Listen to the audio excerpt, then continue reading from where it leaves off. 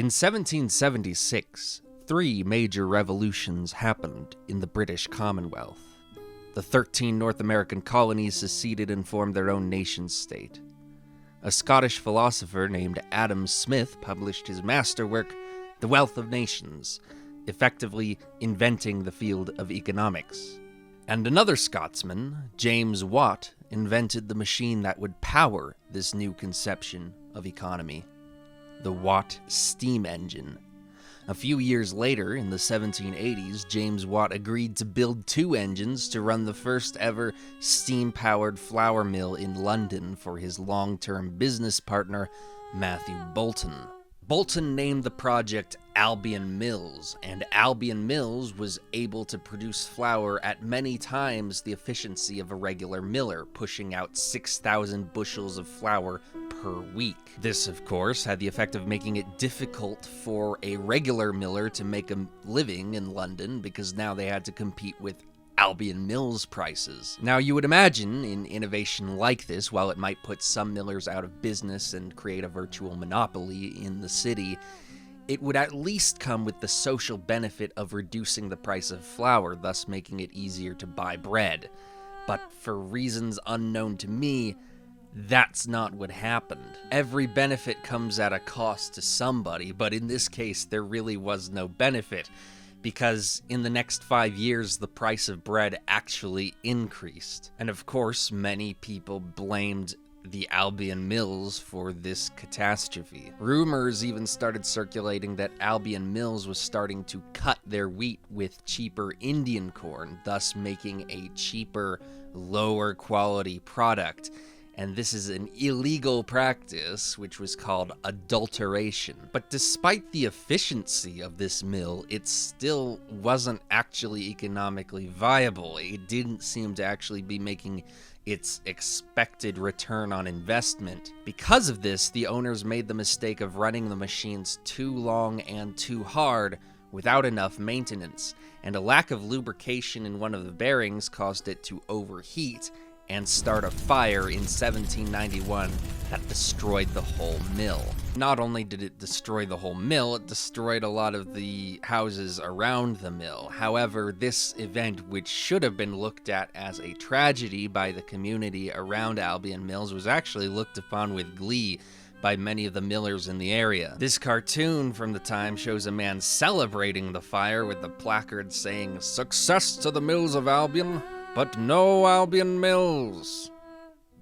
Rumors of arson circulated. London's first experiment with steam power was a failure, but this failure was a relief to many in the area who felt threatened by this new technology. The people laughing run and stare, while the owners stood in despair to see the flames ascend so high. "The Albion Mills," the people cry.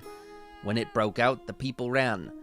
"Where's the fire now?" says one. "At the Albion Mills," the people say. "Why, damn it, let it burn away. For its destruction who does care? For it has been wished many a year. For the bread at such a price did keep. Now, let's hope it will be more cheap."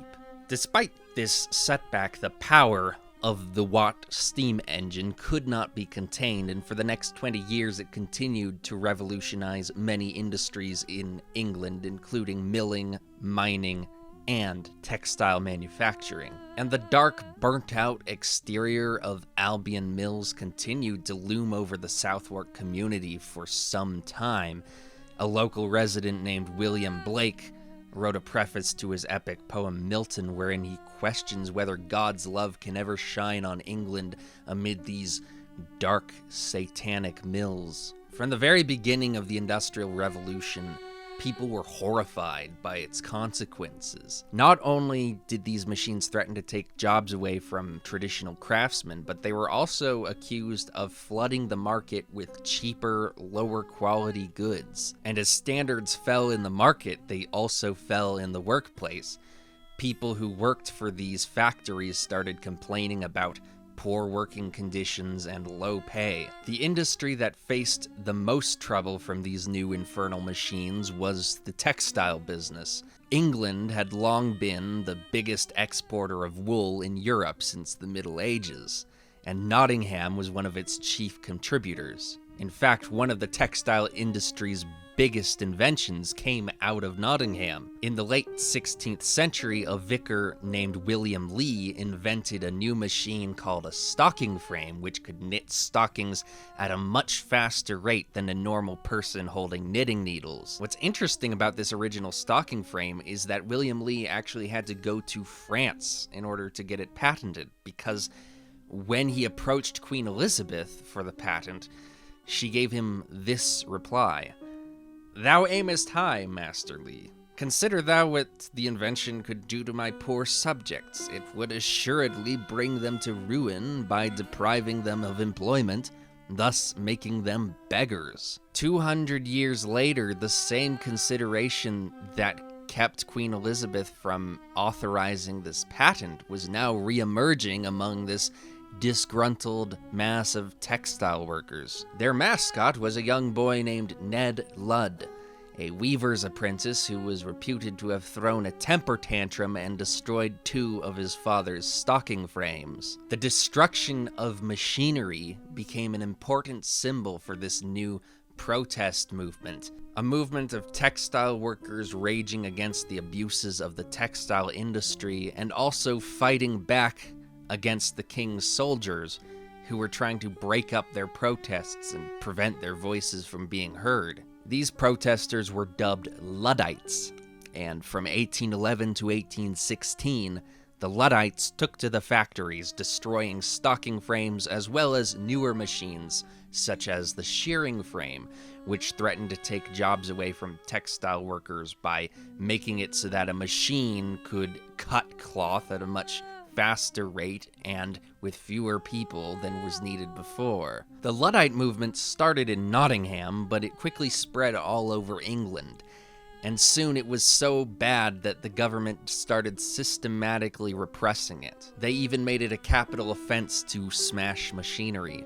It wasn't the new machines themselves that the Luddites hated so much as the people who owned them, because these machines and other situations made it easier for these capitalists to pay them less, lay them off, and flood the market with inferior quality goods that the Luddites didn't like. But the Luddites were only partly protesting in the right direction, because a lot of the problems that they were facing at the time were not so much due to the new technology as due to an economic downturn caused by Parliament because of their long and, frankly, wrong and unjust war that they were waging against the Empire of the French. And yes, they won that war in the end, but at what cost to their own people? Since the end of the Luddite movement, anybody who comes along with a skepticism of new technology or an anxiety over the social change that such technology can cause might be given the same label. The term Luddite is now a very genericized term for any sort of person who is skeptical or afraid of new technology. It is often a word used with a certain amount of haughty derision that maybe is not very fair to the original Luddites, or even the ones today. Speaking of which, in the last 6 months, I've seen a big new swarm en masse of modern Luddites coming onto this YouTube platform to talk about the new technology that's giving them so much anxiety, being artificial intelligence, AI. AI is a new technology with almost limitless potential in the minds of enthusiastic supporters such as myself, but it's not without its drawbacks, and I think it would be unfair to say that the new modern AI Luddites are all completely deranged. Many of the concerns of these modern AI Luddites are very sensible, just as the concerns of the original Luddites were very sensible. One thing I want to make very clear is that I am not against Luddites, and I don't think they are always silly.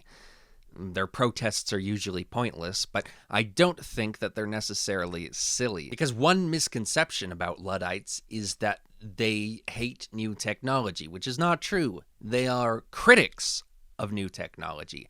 They take the important role of the pessimist in looking at something, trying to find its flaws, and pointing them out, which of course is important because unless we know what our problems are, we can't solve them. However, I want to stress that in my reading of history, one thing I have found very plain. Modern problems require modern solutions. No positive social change has ever been achieved by rolling back the clock. I am what's called a progressive. And this leads me to the point of this video, which is that while pessimism can be helpful in pointing out problems that do exist, it can also be very unhelpful in pointing out problems that don't exist. And many of the problems raised by these modern AI Luddites are fucking stupid, especially in the realm of AI art. As far as I'm concerned, there is one very important, very legitimate fear from this new AI technology, and that is the inability to determine what is real and what is fake, which of course you can imagine will lead to many frauds, scams, and shams, and even worse, terrorism, big disinformation campaigns, confusion in our criminal courts. So yes, AI does pose an existential threat to our way of life, but that's where my concern ends, and I think bashing AI and pretending it doesn't have any good uses is not the way to handle the situation. And in the realm of art specifically, a lot of the conversation is framed around this ridiculous fuddy-duddy, backwards, closed-minded perspective, which is, of course, the stereotype that the term Luddite has acquired over the years. So I have here a selection of various AI Luddite YouTubers, and I want to address their concerns from my pro-AI perspective. And I have kind of cherry-picked a lot of the arguments out of these videos that I personally disagree with. Some of these videos make some pretty good points, but they have maybe one or two things that I don't like, and so I picked those ones out to talk about those ones specifically. It doesn't mean that everything said in the video was bad or wrong. I'm not against criticizing AI, I'm just against having a reactionary mindset toward it. And it's surprisingly easy for people to jump onto the bandwagon in this manner. The video that prompted me to make this rant was a video I saw by a guy called Nerdsync, who titled it, "AI Companies Stole My Videos." Now, if you're like me, you might be wondering, how the fuck do you steal a YouTube video? How do you steal something that's been put online for free for everyone to watch and be copied infinitely? Of course, this is a rhetorical question, because when people talk about their content being stolen, what they are talking about is it being used without their permission. And I can kind of understand this. I mean, let's say you're a researcher. It's your profession to research. You get paid. People commission research from you. Let's say you do a bunch of research for a company, and then they just decide to use your research without paying you. That, I think, is, you would be right to be angry at that, because the thing that you wouldn't have done otherwise if you weren't getting paid for it, now people are just stealing it and you don't get paid for it. Fair enough. However, I think sometimes people can get a little bit too protective of this idea of intellectual property, and they can get very hyperbolic when they can complain about their work being stolen. 29 videos of mine were swiped from YouTube by large tech companies who used those videos to train their AI chatbots without my knowledge or consent. You're gonna have to bear with me in this video because I am a little pissed off. So to get right to the point, I just don't know why he's upset about this. For most of this video, he talks about this as if this is some big scandal, but he doesn't really explain why, almost like we as an audience are just supposed to know why this guy is so offended by this happening. Remember when OpenAI showed off their Sora video generation program, and one of the executives was asked this question? What data was used to train Sora? We used publicly available data and licensed data. So, videos on YouTube? I'm actually not sure about that. Okay. I think we all knew what that meant. I don't know why this woman was so sus about the whole thing. It's probably because there's legal issues involving YouTube specifically and their terms of service that she doesn't want to bring up.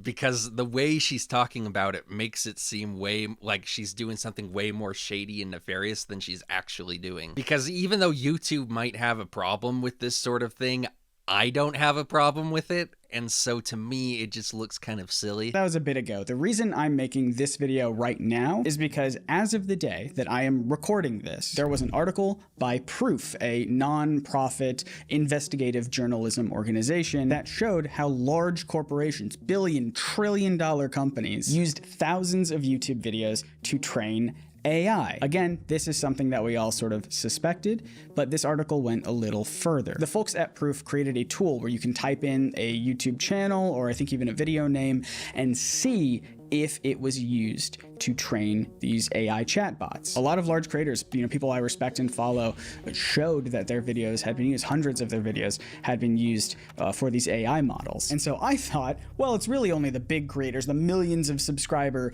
channels, right? But out of curiosity, I did type in my own name. Well, not my own name, my channel's name, obviously, and yep, sure enough, I was there. 30 results, 29 of which are my own videos, and one of which was a collab I did with Abigail from PhilosophyTube, one of her videos. I can't stress enough that I genuinely didn't think that my name would pop up in these search results. And when they did... I'm sorry, I love the way he's treating this like this is some big fucking traumatic event that happened to him. Like it's some moral outrage. How dare they use my videos for a productive purpose? How dare they use material that I created in the production of new technology? Am I the only one who doesn't see the problem here? If, let's say, Nerdsync makes a video about how to get rich on the stock market, and somebody watches that video and they're like, all right, I'm gonna get rich on the stock market. They take what they learned from that video and then they use it to make a profit. How is that really any different from these AI companies using his video as educational material for their little robot, so that their little robot can learn how to speak English and they can make money off of their little robot? In both cases, we have material being used for education and then profit. Am I missing something here? This is about YouTube subtitles and captions. It's not like the Sora thing that I showed at the beginning that was just sort of like a, similar things are happening all over the place right now. But this article talks specifically about how companies are using YouTube captions and subtitles as text input to train large language models. It's not video generation. At least this isn't, but And these captions that they've taken from YouTube as text files to train their AI is a part of a data set called the pile. So if you were curious what these AI tech bros think about videos and essays and just creations in general that people spend days, weeks, months of their lives forming from their brain into the real world. It's just another little piece of data for the pile. It's almost like he realizes that this is a non-issue, so in order to make it seem like it's an issue, he puts like sad music under it as he's talking about, oh, the creators who put all this hard work into what they make. It's just data for the pile. Like he has to come up with these really kind of sensationalized ways of framing the issue with these specific word choices instead of just, telling it like it is. Like he makes it seem like these people have no respect for the creative process, but that's just an assumption, and it's not necessary to make such an assumption. I mean, you could just as easily say that they do have respect for the creative process, and they want to train their AI chatbot to mimic this great human creativity because they realize that this human creativity is so valuable. I mean, it's all about the way you frame it. You can frame something from any particular way, but it doesn't really change what it is in the end, because at the end of the day I have to ask the question, who is getting hurt by this? And the answer seems to be nobody. And by the way, like he said, it's not like this AI chatbot is learning how to make videos like he makes them, and they're feeding his videos into that bot to try to get it to learn how to do the work that he does. No, This is a chatbot that's just learning how to speak English, and they're using his closed captions to help in that. That doesn't even remotely resemble plagiarism. And the reason why all of this is happening, the reason why all of this scummy behavior, theft, I mean, let's just fucking call it what it is. Obviously, the reason is because of capitalism. Yeah, that's a pattern you'll notice with these Luddites. Just like the original Luddites were a left-wing movement of a sort, these modern AI Luddites tend to have a more kind of left-wing bent in their thinking. We'll get to you later, Vaush. Oh, we're saving you for the end, Vaush. But to be more granular with it in this specific instance, it's because large language models need a lot of data to become more conversational, more accurate, theoretically. I like how he says theoretically, like this is an unproven thing. It seems like he's doing the old Luddite trick of accusing people of adulteration, or a step lower than the high crime of adulteration, just flooding the market with cheap, inferior goods. This is another common pattern you'll see with these modern AI Luddites. They do the same thing that the old Luddites did. And every tech company in the world is in the middle of an arms race trying to get as much data in the pile as possible. So you gotta cut corners. It's gonna take too long to legally, morally, ethically license content. They have to steal it. He compares it to an arms race, which just isn't a useful comparison in any way, but I don't have time to go into that. But again, with the moralizing, the moral, the ethical implications, the stealing, I must ask again, who is being hurt by this? Who is being hurt by the free use of free available openly available content for educational and commercial purposes? Who is actually being harmed here? I want you to sort of understand how I'm feeling right now. And I don't know if it's even possible for me to effectively communicate that. I don't even know how to effectively communicate it. I tried writing a script about this. I tried writing an outline at the very least to try and formulate my thoughts in a cohesive, coherent way. Couldn't do it. Yeah, maybe he's having trouble explaining why he's upset because he's realizing that he doesn't actually have any real good reason to be angry. He has very shallow, surface level aesthetic complaints about the situation, but there's no actual substance to them. The situation just kind of looks bad to him, but he hasn't even really thought about why he feels that way. This is theft. They are using my words, my thoughts, and my ideas without my knowledge, without any sort of credit, and without my permission. Yeah, and that's exactly the same thing that I am doing, using your video in this video that I'm making without your knowledge or consent. And in fact, I'm doing it far more explicitly and more egregiously because this AI chatbot is just watching your videos like any normal human being. And, well, maybe not like any normal human being, but it's just watching your videos and learning from them.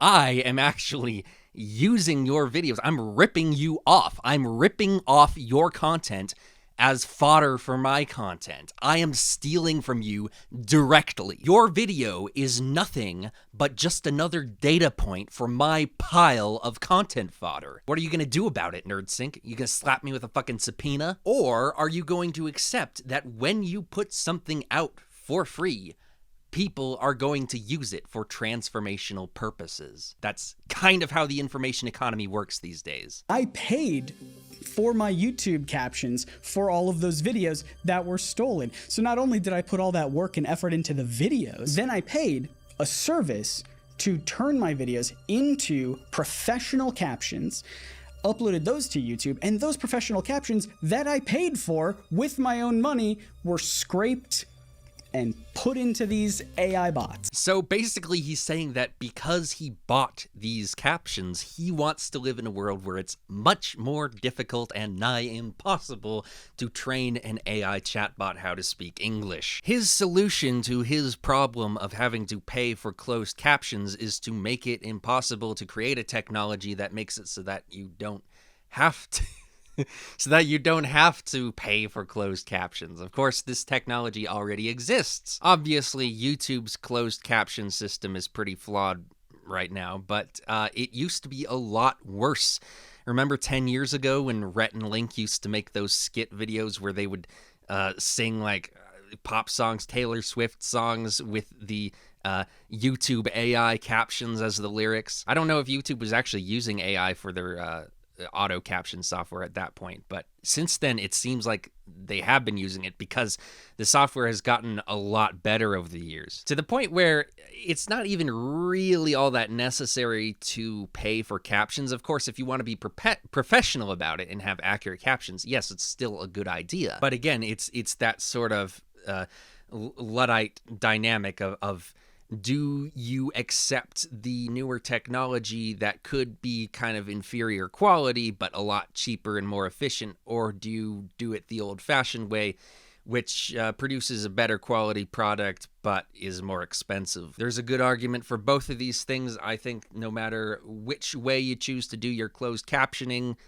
you have a legitimate practice. But the point is that AI can help to create softwares like this that reduce the workload on the creator. And so the fact that he's using the argument that he put so much workload into his video as an argument against the use of his video to train AI just doesn't make any sense. That should be a reason for you to support the use of your video in training AI, even without your consent. And I say that as someone who, this channel has 500,000 subscribers, and I am trying so hard and honestly failing to keep this channel afloat. And I think that's what makes me so angry about this. I made a video recently about color theory in regards to a Scooby-Doo meme. It was a very silly video, but I put a lot of effort into it, and a lot of you really liked it, and I really appreciate that. While I was editing that video, I was supposed to be on vacation. Like, literally, we were in another state, me and my wife, on vacation, and I was just stuck in the room on my laptop editing that video for the entire week of our vacation. No joke, from start to finish. Editing that video, trying to get it done, not actually spending any quality time with my wife on our vacation because I needed to finish the video, because I needed the income. That's what it's been like for like the past year. So yeah, forgive me if I'm a little pissed off when I see a company just straight up stealing my work that I've made a lot of sacrifices to create.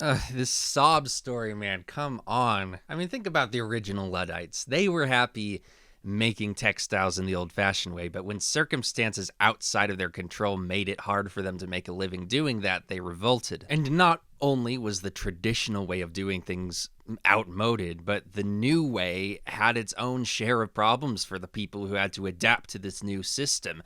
You had child labor, you had low pay, you had dangerous machines, you had a lot of dust getting into the air and getting into people's lungs, giving them pulmonary diseases and injuries sustained from repetitive motions. These were people with actual sob stories, people who were actually getting hurt by this new technology. And then I see these modern AI Luddites, and it's a guy complaining about how his job is hard. This great new job where he gets to make fucking YouTube videos for a living is hard because he has to edit a video while he's on vacation. Now, I don't have a problem with him complaining about how his job is hard. I don't have a problem with that at all. I only have a problem with it when it comes at the expense of AI, when somehow it's fucking AI's fault that he is having this issue, and AI has nothing to do with it. Somehow, in some unspecified way, AI is the thing that's making him suffer because he has to edit a video on vacation. It doesn't make any sense. If this AI never existed and his videos were never used in this capacity,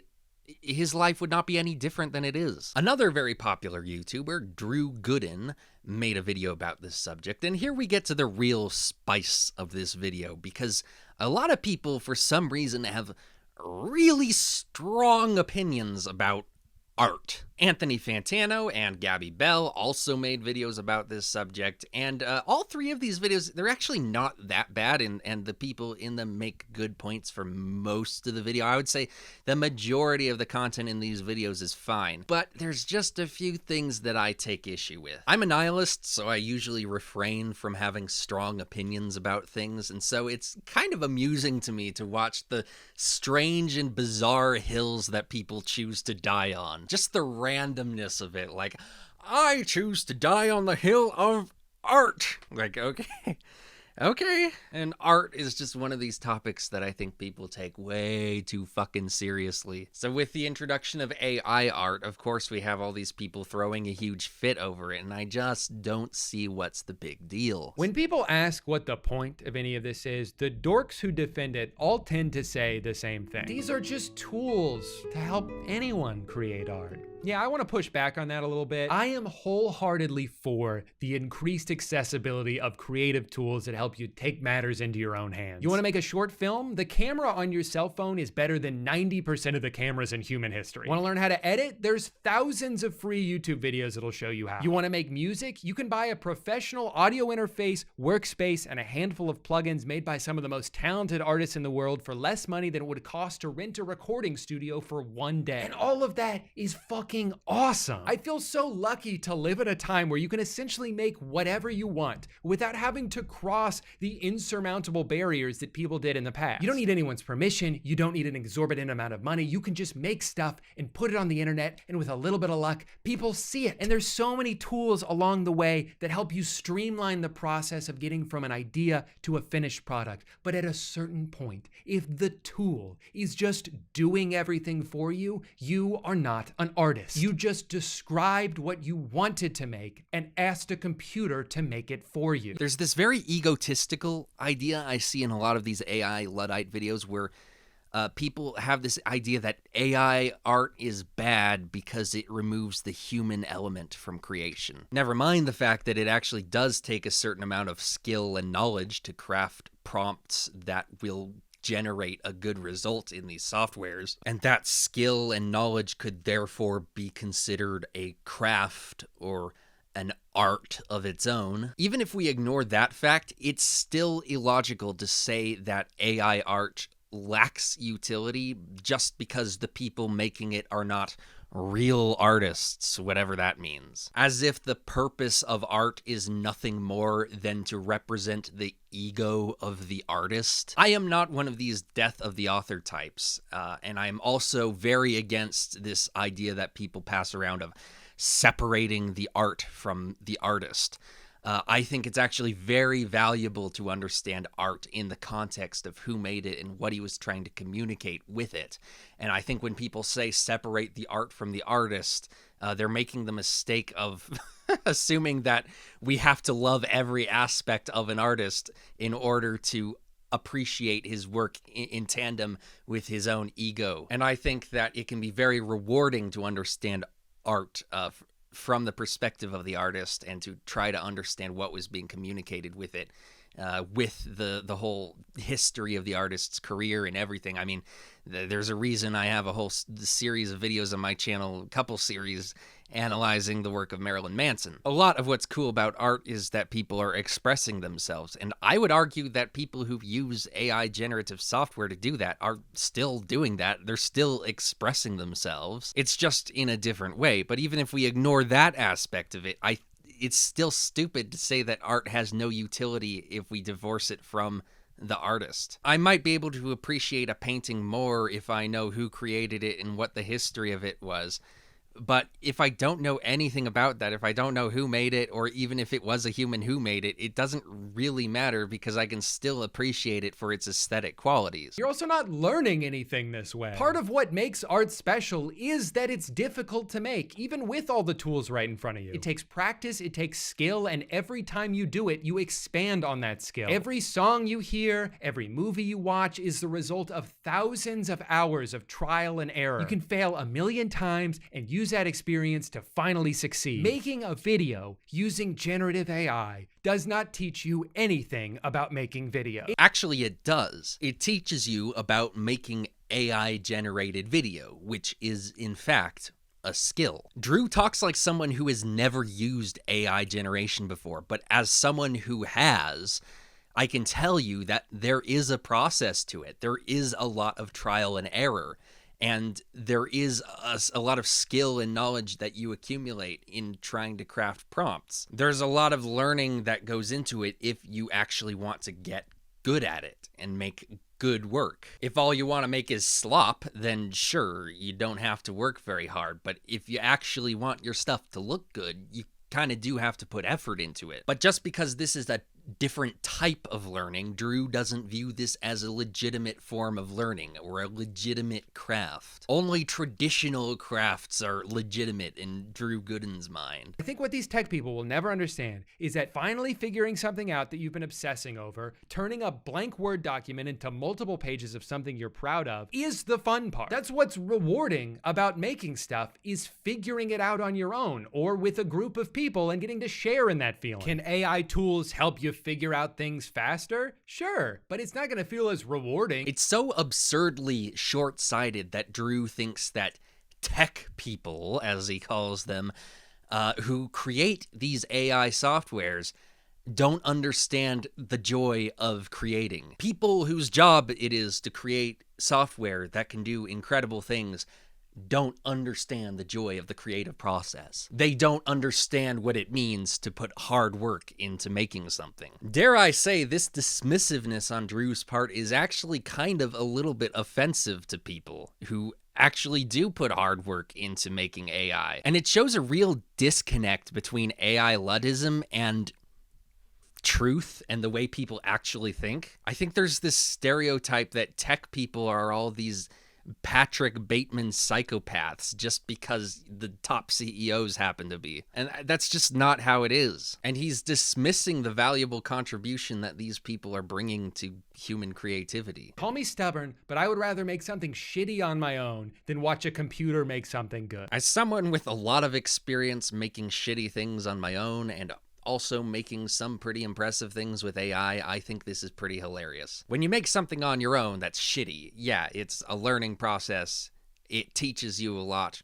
It is worthwhile, but it's never rewarding to make something shitty. I don't know, I feel jealous of other people who say they feel rewarded after making something and then being like, this is complete dog shit. Like, if you can feel rewarded after that, I fucking envy you, because I've done it many times and I've never felt rewarded from that. What I have felt rewarded from is creating a generative AI prompt that spits out something that actually looks pretty decent, because it's all about the investment of time versus the quality of product that you're getting. If the quality is not perfect, but it's pretty good and you only had to spend seconds making it, that can be a pretty fulfilling experience. That can be a pretty fun experience. Of course, it's not going to be as rewarding in the long run as learning the skill of making videos by hand the way I'm doing right now. Getting really good at that. That is far more rewarding in the long run because it takes more effort over more time. AI makes a lot of mistakes. It tends to be very flawed, but at the end of the day, it's still just a really fun toy to play with. It opens up so many possibilities for you to create things from your imagination that you wouldn't otherwise have been able to make. And that itself is very rewarding, even though it's not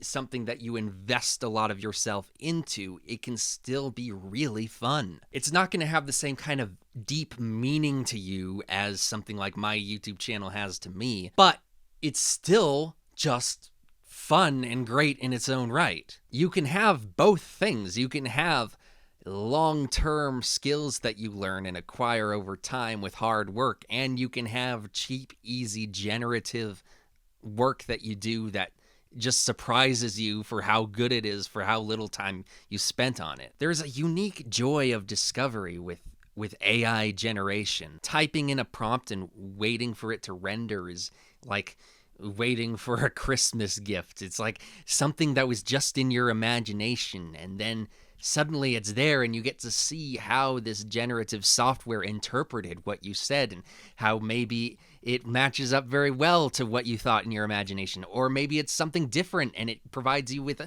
a whole new kind of idea that you never thought of before. To see something this cool and interesting just dismissed as garbage by these people It's just so frustrating because it's like, there's no point in doing this. You don't need to be so needlessly pessimistic about AI, and yet these people, for some reason, have this idea in their heads that this is what they need to do. AI art has become so much of a problem that there are now AI art detectors online. And I'm sorry for referring to it as AI art. I don't want to, as art is literally the expression of human creative skill and imagination. And using AI software to generate something that you're interested in seeing is not an expression of the human imagination. Fine-tuning a prompt to get exactly the kind of result that you're imagining in your head is not an expression of human imagination. The truth is, the word art doesn't actually have a strict definition. It's a pretty vague and loose term that's been used over the years to describe many different things, but the common denominator,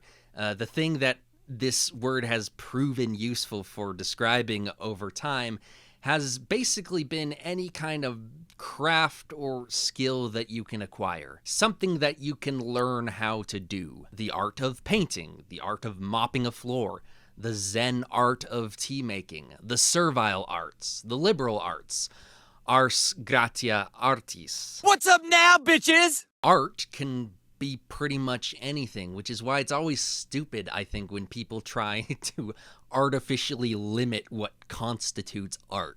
Like, video games are not art, or modern art is not real art. Like, it's just a word. Who cares? There is no reason to be a stickler over whether AI art constitutes real art. It's art. It's stuff that people make. Get over it. And also, I think this definition would be greatly called into question if we found out that chimpanzees or elephants were making their own aesthetic creations, or if we found some alien civilization on a far-off planet that was making their own art. And actually, we already have an example of this. There are certain species of birds that like shiny objects because they think they're pretty, and so they build nests out of these shiny objects and arrange them in such ways as to make them look aesthetically pleasing because they like the look of them and they want to attract other birds who also think that shiny objects are pretty. Is a shiny bird's nest not art? It fills an aesthetic purpose as well as a practical purpose. Is it not art just because it's not a human who created it? It doesn't make any sense. This definition is too restrictive to actually be useful. Some people will say in argument to that, well, you can't copyright a style. And while that's true, a lot of the generated works in the style of are very, very obviously based off of one person's specific style, regardless if it generates something new that we haven't seen before. Regardless if you think that it's theft, it is definitely unequivocally questionable and unethical at best. Why? If I paint a picture with the intention of making it look like a Picasso painting, is that unethical? No. Well, then why is it wrong to have AI do it? Perhaps she thinks it's wrong because it's taking commissions that could have gone to real artists and instead copying their style so that they can basically rip them off without having to pay for it. And while I can see where people are coming from with this, I don't agree with her conclusion. It's kind of the same problem I talked about with Albion Mills. I mean, ignoring the fact that the price of bread actually increased. I don't know why that happened. But ignoring that, if we just take the issue theoretically and look at what happens when you make something cheaper, you get two consequences. One consequence is you outmode traditional forms of production, making it more difficult for artists to create a living doing what they used to do, thus hurting one particular interest group in the population. The other consequence is it makes those goods much less expensive and more plentiful for people to buy who need them. At the end of the day, in these situations, I think the needs of the many kind of outweigh the needs of the few. I think making flour more efficiently, thus reducing the cost of making it, thus reducing the cost of bread, theoretically, didn't actually happen, but theoretically, it would be better than trying to artificially cling on to outmoded and less efficient forms of production. It would be better for everyone to have cheaper bread than for a few people to have the ability to make a living making flower the way they used to. And I know it sounds a little bit conservative talking about supply side economics in this way, but I do think that general principle of supply side does make sense. That doesn't mean I agree with every way they go about implementing this principle in reality. At the end of the day, I think it's very silly and pointless to tell people not to use something that's going to make their lives more convenient and more interesting just because you want their money. That's just a losing proposition. It kind of reminds me of the part in Avatar: The Last Airbender when Uncle Iroh gets the offer to own his own tea shop in Ba Sing Se, and the guy he's working for is like, "No, wait, don't leave. I'll promote you to vice assistant general manager." It's like, no, dude, that ship has sailed. We don't need you anymore. You know, if we can make art without you, then we don't need you to make art for us, and thus we don't need to pay you exorbitant rates to get something we could do for free. It just doesn't make economic sense. But that, I think, is where personal discretion comes in. If you are comfortable using inferior quality adulterated goods, then go right ahead, but just be aware that other people will judge you for it. I see AI pictures used all the time, and they tend to be really shitty because a lot of AI software isn't good in the first place. The only image generation software I've ever used is Midjourney, and I think that's the best one because it makes it prioritizes aesthetics over most things. But I see a lot of these AI generated images on the internet, and they're terrible. And I judge people for using them. I think less of people for using these poor quality images, and I think that they should shell out the fucking money and invest in something that's of a suitable quality that I'm not gonna be embarrassed looking at it. But again, that's up for personal discretion, and as this software continues to improve, the standard of quality will continue to improve, and as things will continue to democratize, and the need for real artists will kind of diminish in a commercial sense.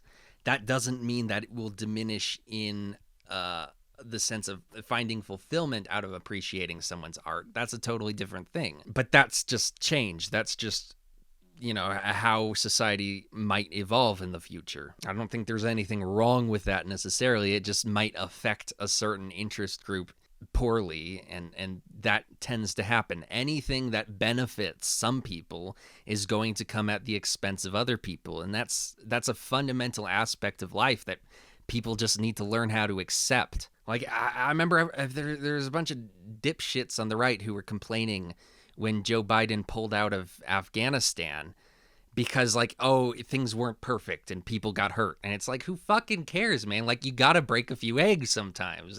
It's just the endless whining over the minutia when people are failing to look at the bigger picture. It's totally cool and totally important to raise these social issues, but then to kind of demonize the cool new thing that's coming out just because it's raising these issues is not the way to go about doing it. Have compassion for everybody. Don't just have like selective compassion for the interest group that you happen to care about. And have a sense of perspective. The needs of the many outweigh the needs of the few. But Anthony Fantano also made a similar point in his video. And I feel like at the end of the day, this is just like a straw man that is ignoring the substance of a lot of the comments on Instagram and are just treating those taking issue with it as like Luddites who just can't accept the future, man. They can't even conceive of what we're showing them. They can't even like handle it. That's kind of bullshit. So yeah, annoying and disappointing on the part of the Voids and Julian Casablancas. But yeah, ultimately, when you can,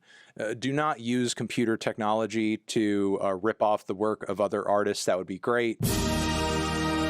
And again, I don't really see the problem with ripping off other people's styles. There's a fine line between inspiration and ripoff that's not set in stone, and I always tend to be way more sympathetic to the ripoff artists than other people, because I don't really hold intellectual property to the level of esteem and protectiveness that other people hold it to. Like, people sometimes ask me, can I make a clip of your video and put it on my channel? Or can I use you in the thumbnail of my video? Can I use something that you made for blah, blah, blah? And I'm always just like, yes, just do whatever you want. I don't care. I don't even care if you want to upload whole videos I've made and put them on your channel and monetize them. I don't even care. I don't care if you want to plagiarize a whole video I made and act like you wrote it. Because at the end of the day, I'm just not interested in this whole ego game that people have built up around themselves as these important creative people. That's one of the reasons why I love folk music so much. Folk music is such a great philosophy that I love, because so many of the songs in the folk tradition, we have no idea who wrote them, and we don't care. They've been remixed and reinterpreted so many times that many of them don't even represent the original song that the original person wrote back in the 1800s or whenever. And sometimes you'll see like two songs that have like very similar lyrics but totally different melodies. Or you'll have songs with the same melody but totally different lyrics, and you'll see, wow, people have been so creative over time, remixing and reinterpreting each other's ideas. And imagine how much worse off we would be in the folk tradition if people had this big fucking stick up their ass about who was the original creator of what and who owned the intellectual property of.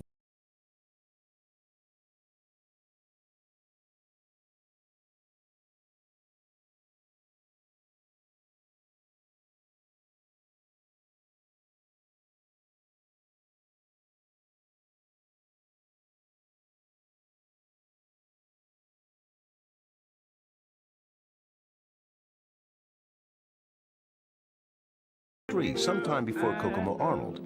In it, Mr. Carl sings of dusting his broom. I believe I'll dust my broom. The point of all this? It's proof that the blues is not a definitive study, one to which we know all the answers. Bluesmen did not spend their time analyzing who wrote what. They just loved the music and played it for what it was. We express ourselves by mimicking others, and each person who mimics someone else adds his own little ingredient to that creation. He adds his own little stamp of originality onto everything he makes. For instance, I made a video a few days ago called Bimmy Converts to Islam. Now that I think about it, that video is actually kind of pertinent to this one, because not only did I use AI to generate a voice that mimicked that of James Rolfe, I also, the topic of the video is related to art. All art is terrible and deceptive. It is made out of ignorance and expresses nothing except the inadequacies of the creator, be it movies, music, video games, and traditional visual arts like painting and sculpture. But the reason I bring it up is because every element that went into me creating this video was taken from someone else. All of the clips and images I used were, except for the jihad flag, were taken from James Rolfe. The samples that I used to train the AI software were taken from James Rolfe. The song I used in the background, I didn't create that. That's a song called Salel Sawarim that was created by some Arabic guy somewhere. I don't even know his name, and I don't care. And the text I used, the script I used to write this video, I didn't even write that. I took that from some post on Cinemassacre Truth subreddit, some post made by some guy. I don't know his name and I don't care. I didn't ask for permission and I don't want to ask for permission. And then I adapted it. I added my own little touches to the script, and then I used my own creativity to edit this thing together, choosing the music and what clips I would put over it and how I would arrange the whole thing into a nice little presentation that I thought was funny. I think that's a really cool, really fun way to take inspiration from other people's work. And did I ask for permission from the creator? No, because fuck the creator. Creativity, at the end of the day, should not be about the ego of the creator. It should just be about having fun. And that's why I think copyright laws are ridiculously overextended. I think it should go back to the way it was in the old days when Jane Austen could publish a novel, get the exclusive copyright over it for 20 years, and then it's done. It's public domain. I do think it's important to have intellectual property because I think that encourages people to put the amount of effort and time and resources needed into making creative work that requires such effort and time and resources. Having the exclusive copyright over material makes it possible to do that. It incentivizes that in a way that it would be hard to incentivize otherwise. And that's the same logic behind the patent that Queen Elizabeth refused to grant to William Lee. Exclusivity creates incentive, but I think that's where the utility of IP ends. I don't think it's necessary to treat intellectual property like it's some sacred thing that represents the ego of the creator. And finally, I know you've all been waiting for it. Let's talk about Vaush. Is fascism okay if our great but also weak enemy is AI and tech bros? That doesn't work because fascists love generative AI. Fascism is the ideology of the dead. It's a hatred of humanity and life and art and love. And for that reason, fascists almost universally adore AI, generative AI. I've made a couple of long videos about what fascism really is, and spoiler, no, it's not about hatred of humanity and love and life and art. Believe it or not, philosophies and political ideologies tend to be a little bit more complicated than that. Human beings aren't just cartoon G.I. Joe villains. They usually have actual reasons for acting the way they do. When it comes to fascism, there actually is a pretty interesting and rich artistic tradition influenced by the Italian futurists and other modernist schools of art. Fascists might disagree with Vaush about philosophy, but that doesn't mean that they hate love and life and art. It just means they have different opinions about those things. I'm sure a fascist could say the exact same thing that Vaush just said, but spin it around to be about anarchism. The sooner we stop hyperbolically castigating each other as the enemies of society, the closer we'll get to having an actual functional harmonious society. And just what the fuck is he talking about here? Like what actual fascists have been going around praising generative AI? I would like to see an actual example of that. But the thing you gotta understand about Vaush whenever you engage with one of his videos is that he uses the terms fascist and Nazi to refer to basically anybody he disagrees with. So when he talks about fascists or Nazis in this video, he's not necessarily just talking about fascists and Nazis. He might also be talking about like conservatives or maybe specifically the racist conservatives. It's difficult to tell often who he's talking about because instead of using words that actually describe what he's talking about, he uses words that don't describe what he's talking about because for some reason he thinks that makes his position more clear when really it just doesn't. It just obfuscates things. Which is weird because historically they've presented themselves as like, you know, return to Roman, you know, Renaissance paintings, whatever, but they never cared about artistry, you know. They never liked the Sistine Chapel because of Michelangelo's hard work. They like the Sistine Chapel because it conveys power and God's authority. You know, they don't give a fuck about art. It could be anything. The Sistine Chapel could be AI generated and it would make no difference whatsoever to them. And now Vaush can't even get basic white supremacism right. White supremacists don't like the Sistine Chapel just because it portrays power and God's authority or whatever bullshit he came up with. No, they like the Sistine Chapel because Michelangelo was a white man. He was a white European man who represented the pinnacle of artistic achievement in the white European tradition, which is something that white supremacists take a lot of pride in, the actual creativity and artistry of their race. So this is totally wrong. It's actually because Michelangelo was a brilliant craftsman and artist who created things from his own imagination and made them real for other people to see. It's precisely because of that white supremacists love his work so much, because he represents what they want to represent white people. He was a brilliant, industrious, hardworking artist who made world-famous works of art. And if you watch any video by Jared Taylor, that is the message that he's gonna spam you with, so I don't know why Vaush hasn't figured this out yet. There is a reason Jared Taylor calls his show American Renaissance. I mean, this is simple stuff. This is basic white supremacism, Vaush. How do you not understand this? AI art is perfect for fascism. It's just endlessly recycling the actual art of the past, and it doesn't need any new artists. Artists tend to be progressive, free thinking. I'm generalizing, but like relative to the societies that produce them, generally speaking, this is true. You know, queer difficult to predict, eccentric. None of these fit in the model of fascism. Artists are an inconvenient obstacle to fascist thinking, which is why fascists idealize art from the past, because those artists are dead and only their legacy remains to be idealized in retrospect. The production of new art is an anathema to the fascist mindset, because it would mean having to, you know, tolerate artists, which artists and fascism just tend not to mesh well, you know? You have some variety to this, like Italian futurism, I guess, or there are some like very specific sort of artistic modalities that correspond well to fascism, but they usually tend to be kind of brutalist, actually, you know, all like steel and jutting architectural features and like harsh, cold stone.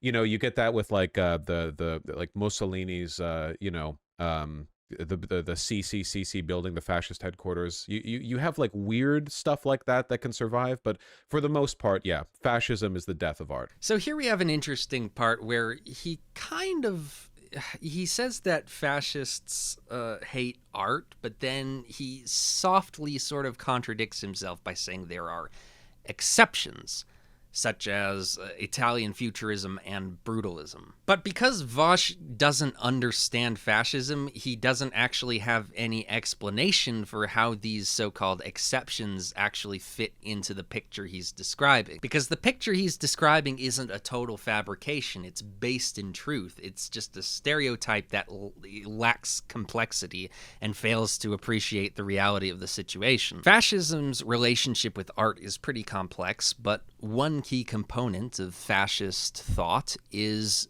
valuing human creativity and ingenuity. Fascism loves to bring out the industrious and intellectual potential of the nation. These are dynamic features of life that give life a sense of motion, and they prevent the nation from stagnating in an unhealthy way.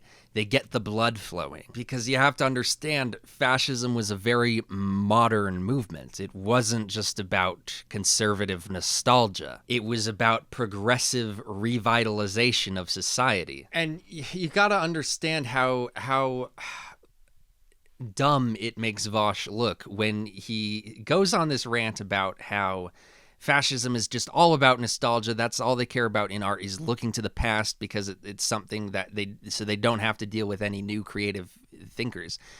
But then he lists as an exception to this rule Italian futurism, which if you actually look into futurism, you see that it's fundamentally opposed to nostalgia. It's fundamentally opposed to looking to the past. It's all about the future. It's all about originality. So when this little exception he just throws in there happens to completely contradict the rule that he's trying to describe, it does make this whole picture seem kind of suspect, doesn't it? And that's just because he hasn't gone through the effort of trying to understand any of this, because it's actually pretty complicated stuff, and fascism is an ideology full of contradictions, but contradictions that kind of meld and mesh with each other in interesting ways. Because fascism isn't just about the past, it's also about the present, and it's also about the future, and it marries these three things into one cohesive whole. That's why Alfredo Rocco said that the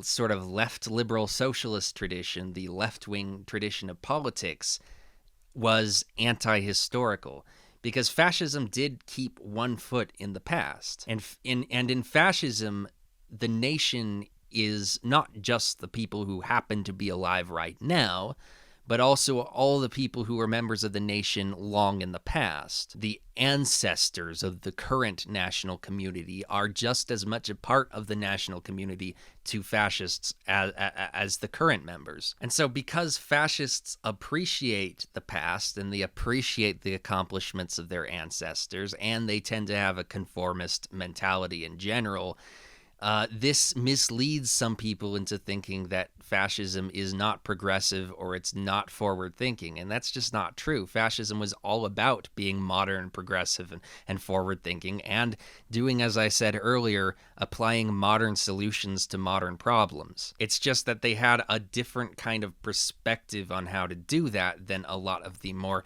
left liberal tradition. I love the dome in the background. Nazis and the American founding fathers were both obsessed with neoclassicism because neoclassicism is a dumb, dead architectural movement. You cowards. What if we showcase that we're the heritage of the intellectual tradition of the European by making what if we did like the Roman Greek, well, like the white pillars? What is creativity? What is anything? So I do like this a lot, you know?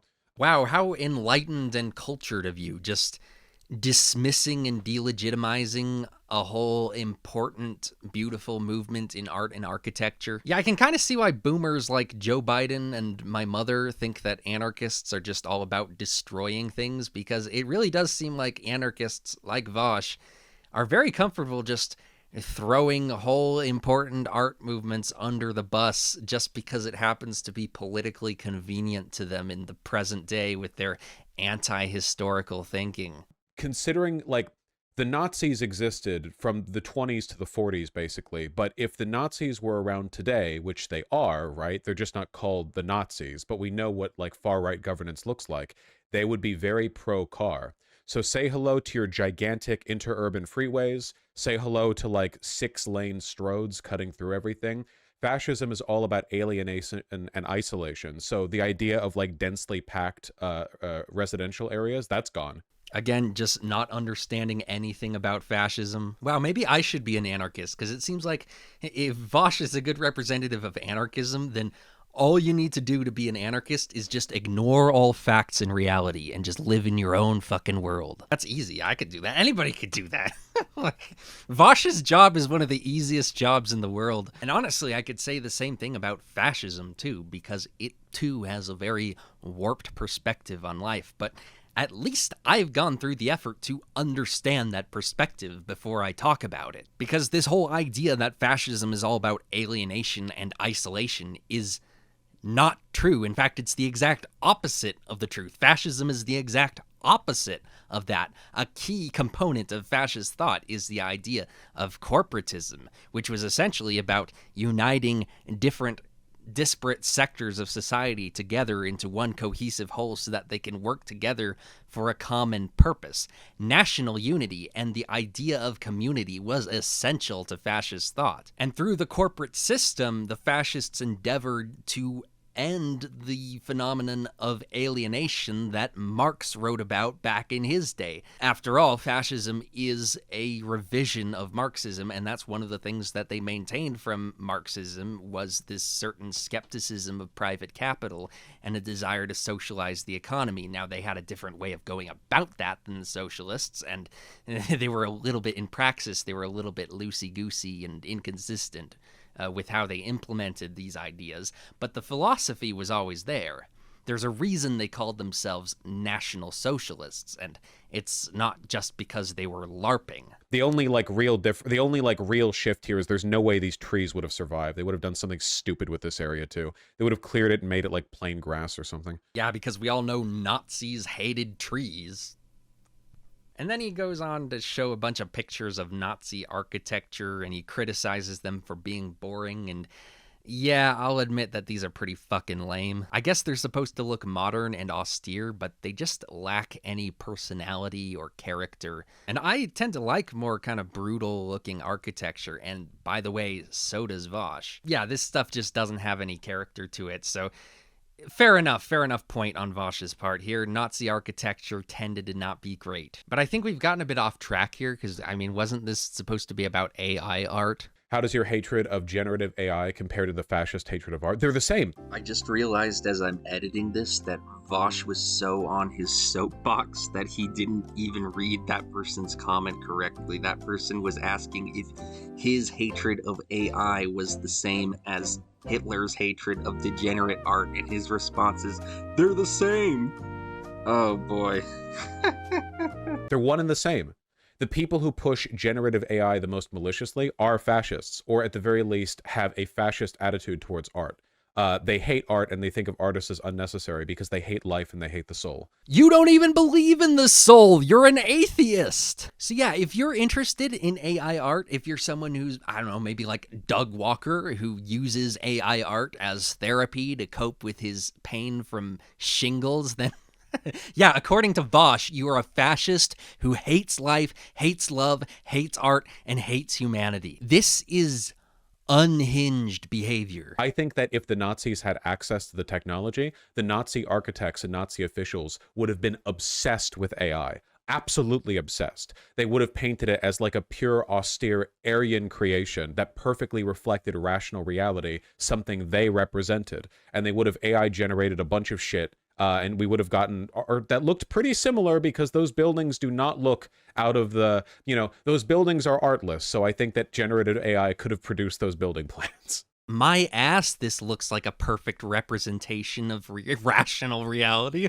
Look at her fingers. Vaush is just willy-nilly distorting facts and premises to support whatever conclusion is most convenient to him at a time. There's no effort to be consistent here. And it's absurd that he presumes to know what the Nazis would have thought about AI art. Like, what the fuck is he talking about? This is the response, Vaush. Hey, Vaush, consider that generative AI, like any tool, is neutral in itself. Stupid, dumb, immediately dumb, right off the bat. This is like the tech equivalent of saying that freedom of speech is neutral because anything you say can be taken it's a non-defense. It's like saying, well, legally I'm allowed to say something. It's nothing. It doesn't speak to the issue. Oh, I forgot to mention, Vaush is against freedom of speech too. You know who was also against freedom of speech?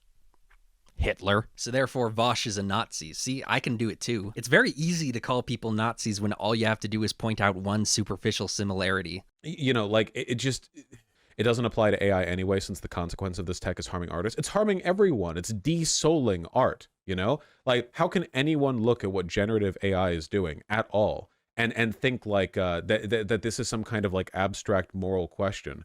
It's very, very, very obvious that there is a net utilitarian harm. But it's an abstract. It's not like one potato, two potato, I get a carrot, you get a broken leg, empirical exchange of resources or whatever. It's a big abstract question. This is another very Hitlerian tactic. People like Hitler and the Nazi Party believed that they had the right to determine what was helpful and harmful to the nation. So victimless crimes and entertainments that people enjoyed were labeled degenerate because they happened to be offensive to certain people. I don't really see much of a difference between Hitler calling certain art degenerate and Vaush calling certain art de-souling. It's saying that because these sorts of aesthetics are offensive to some people, that they are bad for society. Now, this doesn't mean that Vaush wants to ban AI art the same way Hitler banned degenerate art, although I wouldn't be surprised if he did, but it does mean that there is an overlap in the way they think about art. How does your hatred of generative AI compare to the fascist hatred of art? They're the same. They're one and the same. Vaush, just like Hitler, abuses the idea of morality to attack things that he personally has an aesthetic problem with. I just think the problem is that the people in chat who don't like what I have to say on the subject lack souls. I just think they're unsouled, Maybe their mother smoked when they were in the womb, and the sin robbed them of their immortal soul or something, It's not the fucking Holocaust, dude.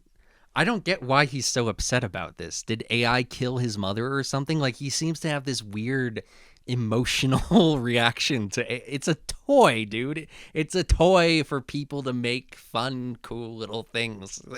What is the problem? This guy is such a hyperbolic shithead. He thinks that other people need to go out and touch grass because they haven't just indoctrinated themselves into this absurdly moronic sort of politicizing of every fucking issue to the point where everything is the Holocaust to him, to the point where little toys that people use for their own amusement are like the fucking death of society and they de-soul humanity. And by the way, when I made my political YouTubers tier list video, when I was ranking them by how likable they were, I put Vaush in A tier, and I still hold to that. I think he's pretty likable in general. And I don't dislike every video he's ever made, but man, the guy is just one of the silliest fucking self-serious people I've seen in politics. And that's just the thing. This is the most extreme example of it, but this is what it is with these AI Luddites. They take this stuff way too seriously. They're looking at this toy and then blaming it for society's problems. It's okay to have concern about the rise of misinformation due to AI. That's a very legitimate concern, but don't pick on the art. I mean, pick on it for being shitty, because a lot of it's shitty, because AI still has a lot of issues,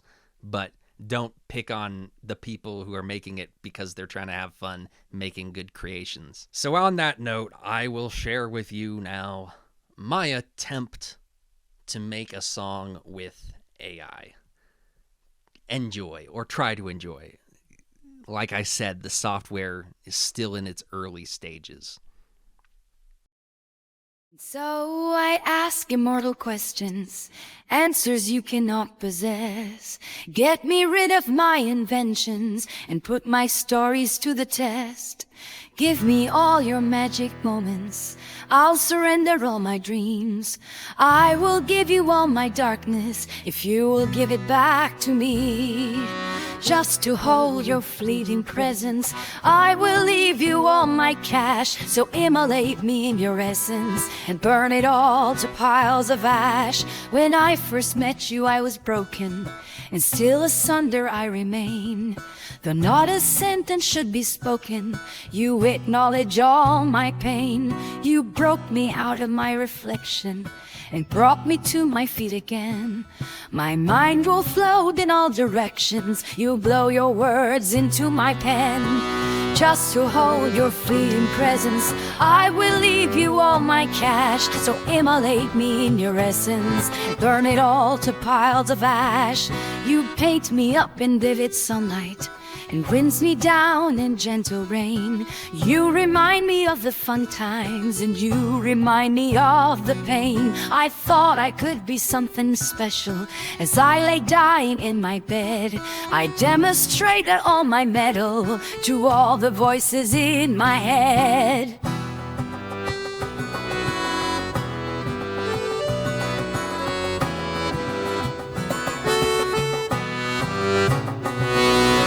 Just to hold your fleeting presence, I will leave you all my cash. So immolate me in your essence and burn it all to piles of ash. Just to hold your fleeting presence, I will leave you all my cash. So immolate me in your essence and burn it all to piles of ash. And burn it all to piles of ash.